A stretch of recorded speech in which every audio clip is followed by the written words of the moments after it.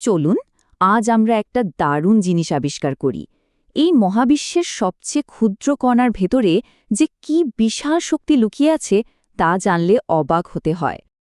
আচ্ছা, তাহলে আমাদের আজকের এই অভিযানে কি কি থাকছে চলুন এক ঝলকে দেখে নিই পরমাণু শক্তির এই রোমাঞ্চকর জগতে আমরা কোথায় কোথায় যাব।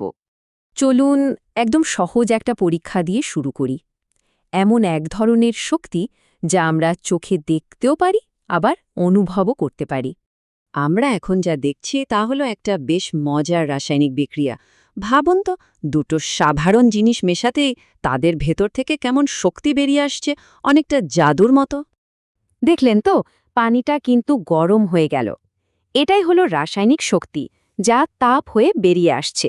কিন্তু কি হবে যদি আমরা এর চেয়েও হাজার হাজার গুণ বেশি শক্তি পেতে চাই? সেই বিপুল পরিমাণ শক্তি পেতে হলে আমাদের তাকাতে হবে আরও গভীরে, মানে একদম পরমাণুর কেন্দ্রে লুকিয়ে থাকা এক অন্য রকম শক্তির দিকে। আচ্ছা, আমরা একটু আগে যে বিক্রিয়াটা দেখলাম সেটা ছিল রাসায়নিক বিক্রিয়া, আর এখন আমরা কথা বলছি নিউক্লিয়ার বিক্রিয়া নিয়ে। দুটোর মধ্যে পার্থক্যটা কিন্তু আকাশ পাতাল। একটা কাজ করে পরমাণুর বাইরের ইলেকট্রন নিয়ে, আর অন্যটা ওটা সোজা পরমাণুর একেবারে কেন্দ্রে, মানে নিউক্লিয়াসে গিয়ে ঘা দেয়।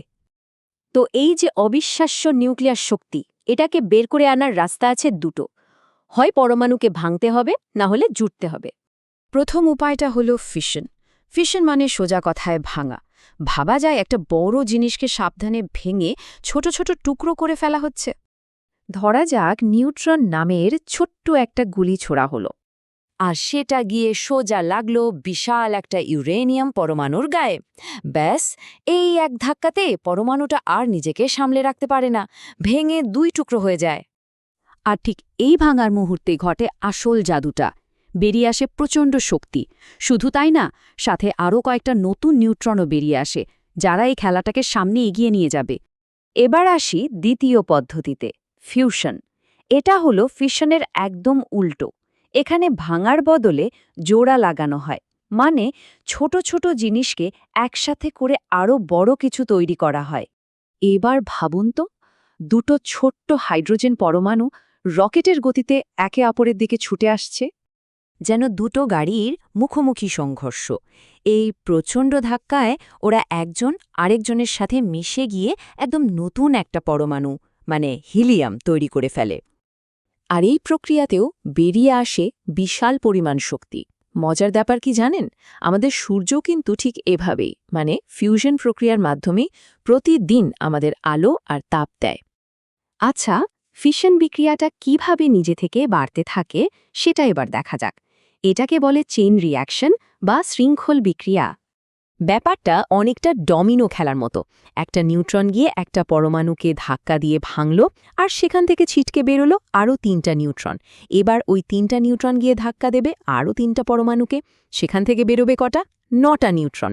আর এভাবেই ১ থেকে ৩, ৩ থেকে ৯, ৯ থেকে ২৭ বিক্রিয়াটা চোখের পলকে নিজে থেকেই ছড়াতে থাকে আর প্রচণ্ড শক্তিশালী হয়ে ওঠে।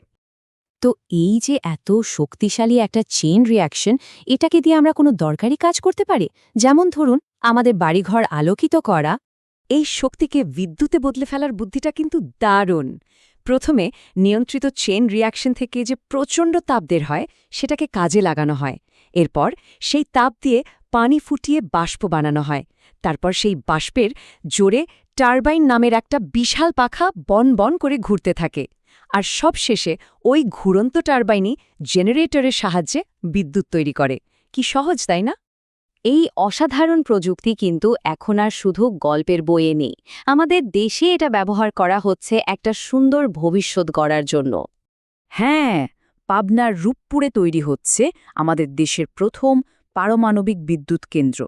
এটা আমাদের বিদ্যুৎ উৎপাদনে স্বাবলম্বী করে তোলার পথে একটা বিশাল পদক্ষেপ।